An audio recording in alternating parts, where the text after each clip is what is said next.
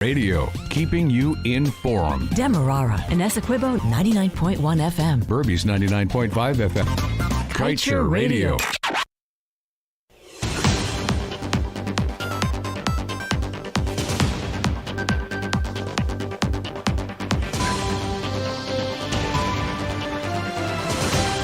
Good day. With your news at noon on Kaieteur Radio, I'm Kevin Smith. The government of Guyana has collected its first payment of $75 million for the sale of its carbon credit to Hess Corporation, with two more payments of $37.5 million each expected this year. The government has said the sum of $150 million is available for use in the 2023 budget. Vice President Bawar Jagdeo, in a statement on his Facebook page on Wednesday, announced that the initial payment has been received. The payments this year would amount to 30 billion Guyana dollars. Last year's budget was approved to the tune of $552.9 billion and was hailed the largest one to date. It featured revenue from the Natural Resource Fund, or oil account, for the first time.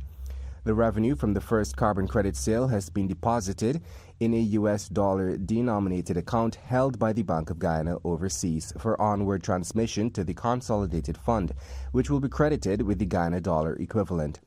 According to the government, the National Assembly, including its committees, will have oversight of the investment of all national revenues received from the forest climate markets and managed via the consolidated fund through the budgetary process. Meanwhile, President Ali on Thursday witnessed the signing of a contract between the Guyana Power and Gas Inc. and Engineers India Limited for the provision of consultancy services for the Wales Natural Gas Liquids facility, as well as the 300-megawatt power plant. These two facilities are components of a $2 billion gas energy project being pursued by the government of Guyana and its partner, U.S. oil giant ExxonMobil. Exxon will be constructing and laying a 12-inch pipeline to transport natural gas from the Liza 1 and 2 projects in the Stabroek Block to the Wales development site, where the other two aspects will be developed. And now let's tell you, ExxonMobil Corporation's subsidiary, Esso, has handed out yet another contract for its fifth project in the absence of regulatory approvals.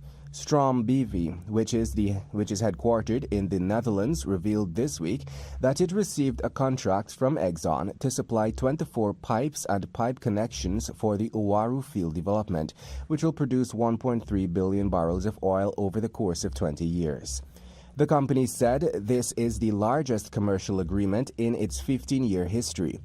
Less than 12 months ago, it said Exxon had awarded it a similar contract for the Yellowtail development, also in Guyana's Stabroek Block. The Dutch company said the equipment will be produced at its manufacturing facility and used for water and gas injection. It said the technology will be supplied to ExxonMobil Guyana in a single continuous length along with associated pipe handling equipment. It said its concept and delivery method allows the individual 24-plus jumpers to be cut to the desired length, terminated and tested on-site in Guyana. In this way, the company said the concept provides maximum flexibility to the end user. And in other news, teachers of the Christchurch Secondary School are to engage their students online while the Ministry of Education decides on their final placement. Fire completely destroyed the Christchurch Secondary School located on Middle and Camp Streets on Thursday afternoon, leaving some 500 students without a school.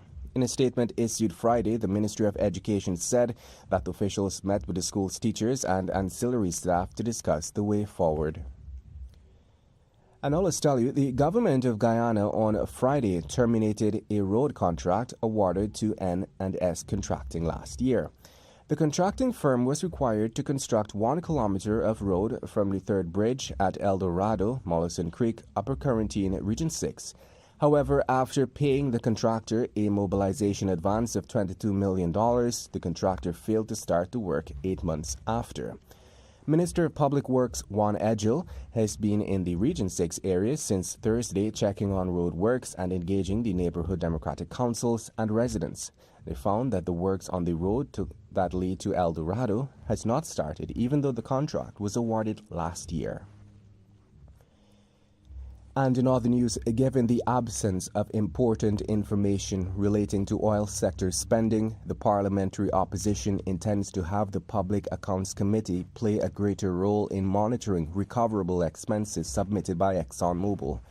Opposition Member of Parliament and PAC Chairman German Figuera said that the opposition is aware of the section of the 2016 PSA which speaks to the submission of quarterly cost recovery statements to the government by ExxonMobil's affiliate, Esso, and is currently discussing the need to have the documents laid in Parliament. Figuera said that while the committee mainly interrogates the findings of the Auditor General, it can make requests for the oil documents. And moving on, the Regent Street bag snatcher who was caught on camera was on Friday arrested by police in Region 3. Police said they received a tip that the man was hanging out at a barber shop, so they swooped down on the location and arrested him before he made good his escape. CCTV footage captured him earlier this week brazenly robbing a man of his haversack and other belongings along a fairly crowded pavement on Regent Street, Georgetown. He grabbed the man and placed him in a vice grip from behind. As he squeezed and wrestled his victim, he yanked the man's haversack off his shoulder while grabbing cash from the man's pants pocket. The bandit then punched the man a few times to the head and body before walking away as if he had done nothing. As he walked away from his victim, the camera showed that he had a large kitchen knife in his hand. And I'll just tell you, police are investigating the death of a 52-year-old woman who was found dead in the upper flat of her two-story home at Grove Squatting Area, East Bank, Demerara, on Friday, January 6th. Dead is Sirani Siprasad, who reportedly lived with her husband. According to police, Siprasad was found at around 23 hours by her son. The woman was last seen alive by her son on January 5th, when she visited his home and spent some time. Police said they cannot confirm foul play. And to wrap things up today, let's tell you 2 prisoners escaped from police custody on Friday while being transported from the Lenora Magistrates Court in Region 3. Commander of the Region 3 Police District, Mahendra Sunarayan, said that the prisoners who were being transported to the Lusignan prison kicked open the door of the vehicle transporting them and escaped. After press time on Friday, police ranks were searching the area for the escapees. And that brings us to the end of today's News at Noon. I'm Kevin Smith. Thank you for listening.